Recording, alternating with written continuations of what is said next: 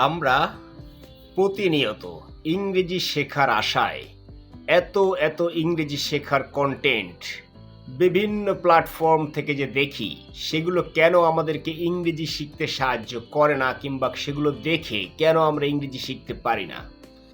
School, college, বিশ্ববিদ্যালয় তো বস্তা পচা গ্রামার দীর্ঘদিন পড়েছি।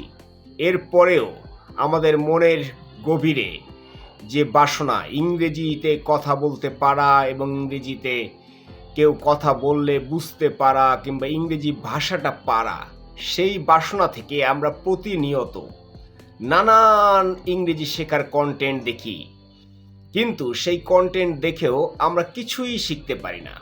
কেন পারি না সেটা আসলে আমরা ধরতেও পারি না। এই কন্টেন্টগুলো আপনাকে কোনো গাইডলাইন দেয় না।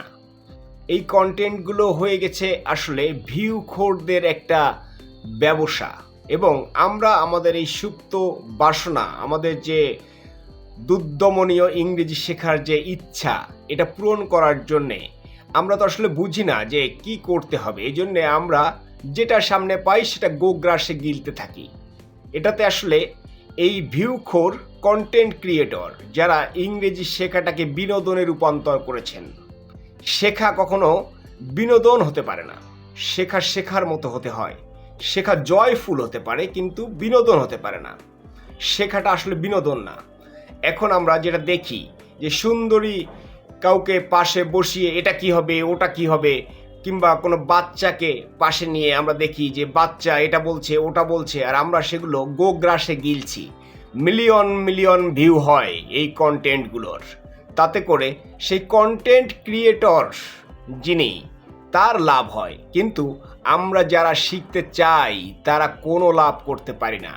আমাদের সময় নষ্ট হয়, আমাদের ইচ্ছা নষ্ট হয়, এবং আমাদের মধ্যে এই ধারণা আরও গভীর হয় যে ইংরেজি শেখা বোধ হয় খুব কঠিন কাজ, সারা জীবন তো পারি নাই, এখন যে এত সুন্দর সুন্দর কন্টেন্ট দেখছি তারপরেও পারছি না।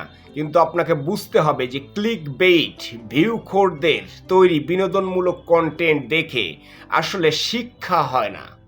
ইংরেজি শেখা আসলে ডাল ভাতের মতো একটি ব্যাপার।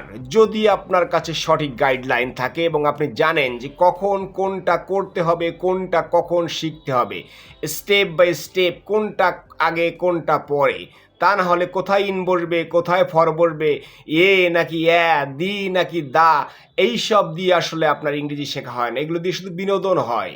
এটা বুঝতে শিখুন আগে, তারপরে কোনটা সত্যিকার এডুকেশনাল কন্টেন্ট আর কোনটা এন্টারটেইনমেন্টাল কন্টেন্ট এটা বুঝতে পারবেন।